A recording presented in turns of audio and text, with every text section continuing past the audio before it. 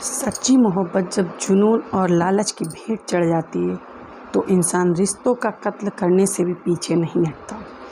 पुणे का केतन अग्रवाल हत्याकांड एक ऐसी रूह कपा देने वाली दास्तां है जहां एक बेहद अमीर खानदान के इकलौते चिराग को उसकी ही मंगेतर ने अपने प्रेमी के साथ मिलकर मौत के घाट उतार दिया।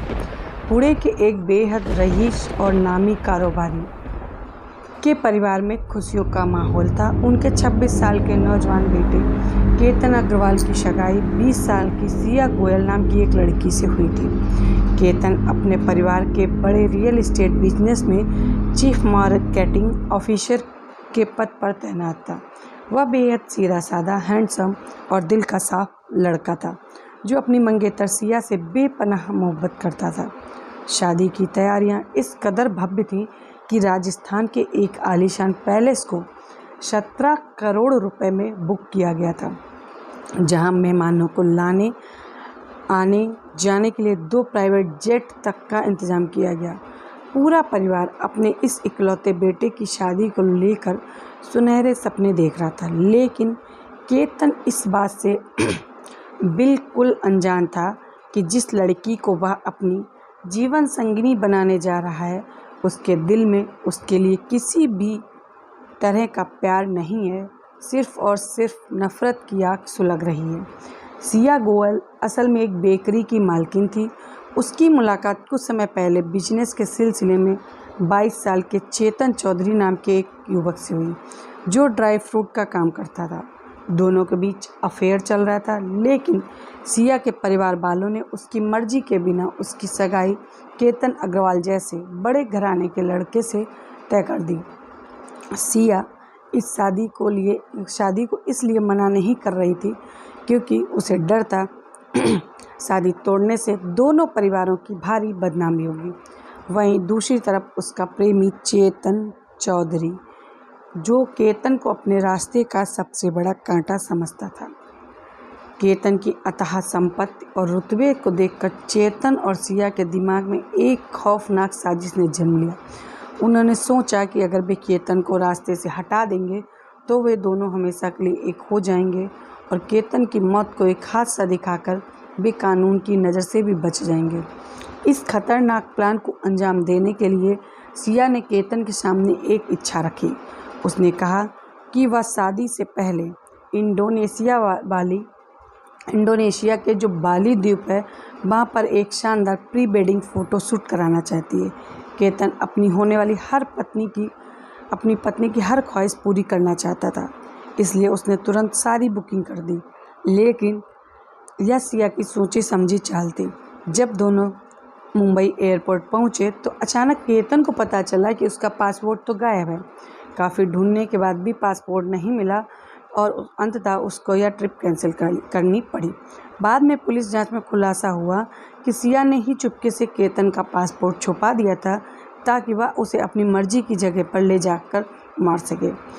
बाली का प्लान जो था वो फेल होने के बाद सिया ने प्लान ए तो फेल हो गया, फिर सिया ने प्लान बी पर काम करना शुरू किया। उसने केतन को पुणे के पास लोनावाला में एक स्थित ऐतिहासिक लोहगढ़ किले पर ट्रैकिंग के लिए चलने के लिए राजी किया। पहली बार वह केतन को अकेले लेकर गई। जब वह वे पहाड़ की एक बेहद संकरी और खाई के पास पहुंचे तो सिया ने केतन को पीछे से धक्का दे दिया। किस्मत अच्छी थी कि केतन गिरते गिरते खाई के किनारे उगी एक झाड़ी को पकड़ लिया और अपनी जान बचाई। जब घबराए हुए केतन ने से पूछा कि यह क्या था तो सिया ने तो अपने फ़ौरन बात पलट दी और चीखने का नाटक करते हुए कहा वहाँ एक सांप था जिससे डर कर उसका पैर फिसल गया। उसने केतन को गले लगा लिया और केतन ने अपनी मंगेतर पर भरोसा भी कर लिया। इसके बाद सिया ने अपने प्रेमी चेतन चौधरी के साथ मिलकर एक प्लान सी तैयार किया। उसने केतन से दोबारा लोहगढ़ किले पर घूमने की जिद की। केतन की माँ ने उस दिन जाने से मना भी किया था, लेकिन सिया के बार बार कहने पर केतन उसके साथ चला गया। उधर चेतन चौधरी भी पूरी तैयारी के साथ लोहगढ़ किला पहुंचा। उसने पुलिस को चकमा देने के बाद सुबह से ही अपने फ़ोन का इंटरनेट बंद कर दिया। करीब 640 मिनट यानी कई घंटों तक पूरी तरह से ऑफलाइन रहा।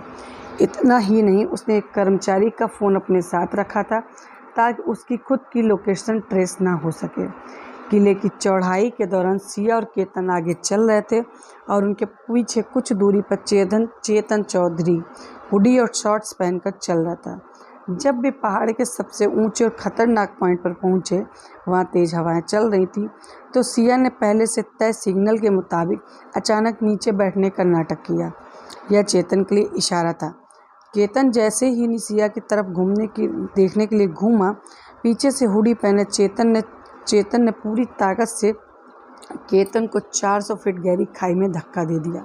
केतन को संभलने का एक पल भी नहीं मिला और वह सीधे पत्थरों से टकराता हुआ नीचे गहरी घाटी में गिरा, जिससे उसकी मौके पर मौत हो गई। वारदात को अंजाम देने के बाद सिया ने तुरंत रोने और चिल्लाने का नाटक शुरू किया। उसने केतन के परिवार और पुलिस को फ़ोन करके बताया कि तेज़ हवाओं के कारण फ़ोटो खिंचवाते वक्त केतन का पैर फिसल गया और यह एक दर्दनाक हादसा है। शुरुआत में पुलिस ने भी इसे एक सामान्य ट्रैकिंग एक्सीडेंट मानकर मामला दर्ज कर लिया, लेकिन केतन के माता पिता को सिया के इस बर्ताव पर गहरा शक था, क्योंकि मंगेतर की मौत के बाद भी सिया के चेहरे पर कोई सच्चा गम या आंसू नहीं दिखाई दे रहा था। पुणे पुलिस ने जब इस मामले की गहराई से जांच शुरू की, तो सबसे पहला सुराग लोहगढ़ किले के टिकट काउंटर और रास्ते में लगे सीसीटीवी कैमरे से मिला। पुलिस ने देखा कि कड़कड़ाती धूप और गर्मी के बावजूद एक लड़का हुडी पहनकर लगातार इस जोड़े का पीछा कर रहा था। जब पुलिस ने उस संदिग्ध लड़के का चेहरा निकाला तो उसकी पहचान चेतन चौधरी के रूप में हुई। इसके बाद पुलिस ने सिया और चेतन के मोबाइल फ़ोन के कॉल डिटेल्स रिकॉर्ड खंगाले। रिकॉर्ड देखकर पुलिस के तो होश ही उड़ गए। उन दोनों ने पिछले एक साल में एक दूसरे को 2000 से ज़्यादा कॉल्स किए थे। यही नहीं, पुलिस को चेतन चौधरी की बात साफ चालाकी भी समझ में आ गई। जब 640 मिनट तक मोबाइल ऑफ था, तकनीकी सर्विलांस और डिजिटल सबूतों के आधार पर पुलिस ने घेराबंदी करके सिया गोयल और चेतन चौधरी दोनों को गिरफ्तार कर लिया। जब पुलिस ने दोनों को आमने सामने बिठाकर कड़ाई से पूछताछ की, तो उनकी सारी चालाकी धरी की धरी रह गई। सलाखों के पीछे पहुंचते ही दोनों का प्यार काफूर हो गया। वे एक दूसरे पर कत्ल की साजिश रचने का ठीकरा फोड़ने लगे। यह कहानी हमें सिखाती है कि लालच और धोखे की बुनियाद पर बनाए गए रिश्ते कभी भी किसी का भला नहीं करते। केतन अग्रवाल का कोई कसूर नहीं था। गुनाह सिर्फ उनका इतना था कि उसने अपनी मंगेतर पर आंख बंद करके भरोसा किया था। केतन अग्रवाल हत्याकांड की उस खौफनाक रात और पुलिस इन्वेस्टिगेशन की डायरी से कुछ ऐसे सनसनीखेज पन्ने और अहम कड़ियाँ छूटी थी जो इस साजिश को गहराई में बयां करती थी। बिना किसी पुणे पुलिस के सामने सिया और चेतन चौधरी के एक्सीडेंट की थ्योरी पर अड़े हुए थे। सिया बार बार रोने का नाटक करते हुए पुलिस से कह रही थी कि साहब, लोहगढ़ किले की उस ढलान पर एक अचानक हवा का तेज झोंका आया और केतन का संतुलन बिगड़ गया था। लेकिन पुलिस की तफ्तीश में सबसे बड़ी बात अभी भी सामने आना बाकी थी, जिसने पूरे मामले को काया पलट ही कर दिया। वो थी लोहगढ़ किले के पार्किंग प्लाट और नीचे बने एक छोटे से ढाबे के पास सीसीटीवी कैमरे फुटेज ने। पुलिस ने जब बारीकी से उस दिन की फुटेज खंगाली तो उन्हें एक और चौंकाने वाली बात पता चली। मर्डर वाले दिन सुबह केतन और सिया किले पर पहुंचने से ठीक आधा घंटा पहले चेतन चौधरी अपनी कार से वहां पहुंच चुका था। उसने अपनी गाड़ी को एक सुनसान झाड़ी के पीछे पार्क किया था। कैमरों में साफ दिख रहा था चेतन ने अपनी पहचान छुपाने के लिए चेहरे पर एक बड़ा स्कार्फ बांधा हुआ था और सिर पर हुडी की कैप डाली थी। वह लगातार अपने मोबाइल की स्क्रीन पर कुछ देख रहा था। जैसे ही सिया और केतन की गाड़ी वहां रुकी, उसने अपने फ़ोन को स्विच ऑफ नहीं किया था, बल्कि उसकी इंटरनेट कनेक्टिविटी बंद करके उसे घोस्ट मोड पर डाल दिया था, ताकि कोई भी सेल टावर उसकी लाइव लोकेशन ना पकड़ सके। यह बात जब सामने आई तो तब केतन 400 फीट गहरी खाई में गिरा तो सिया ने तुरंत पुलिस स्थानीय लोगों को आवाज़ नहीं लगाई। उसने करीब 20 मिनट तक इंतज़ार किया ताकि यह पूरी तरह निश्चित हो सके कि केतन पत्थरों से टकराकर दम तोड़ चुका है। इन 20 मिनटों के बाद चश्मदीद गवाहों के मुताबिक चेतन चौधरी को तेज़ी से पहाड़ी के पिछले रास्ते से नीचे उतरकर भागते हुए देखा भी गया था। जब पुलिस ने सिया के डिलीट किए हुए व्हाट्सएप चैट को साइबर फॉरेंसिक लैब की मदद से रिकवर किया तो साजिश का पूरा घिनौना चेहरा सामने आया, जिसने जजों के भी होश उड़ा दिया। मर्डर से ठीक एक रात पहले सिया और चेतन के बीच खौफनाक बातचीत हुई। चेतन ने सिया को मैसेज किया था, कल आखिरी मौका है, अगर वो कल बच गया तो वो तुम्हें हमेशा के लिए मुझसे दूर ले जाएगा। पहाड़ों पर नेटवर्क नहीं होता, जो करना है वहीं करना होगा। सिया ने जवाब में सिर्फ एक शब्द लिखा, ओके। इतना ही नहीं, पुलिस को पता चला सिया शादी के करोड़ों रुपए खर्च और केतन के बिजनेस में मिलने वाले शेयर पर बड़ा नज़र गड़ाए हुए थी। वह चाहती थी सगाई के बाद केतन के नाम जो करोड़ों की प्रॉपर्टीज ट्रांसफ़र होने वाली थी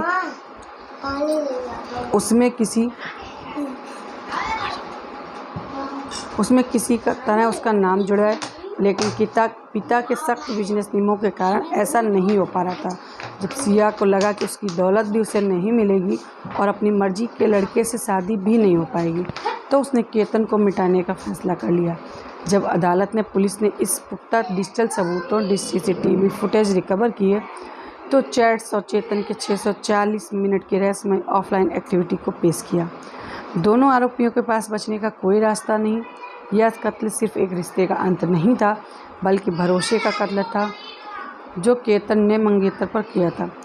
दोस्तों, अगर केतन अग्रवाल के इस डरावने सच और उस्मान सैफी स्टाइल में यह स्टोरी पसंद आई हो तो चैनल को सब्सक्राइब करें, वीडियो को लाइक करें और इसे ज़्यादा से ज़्यादा शेयर करें।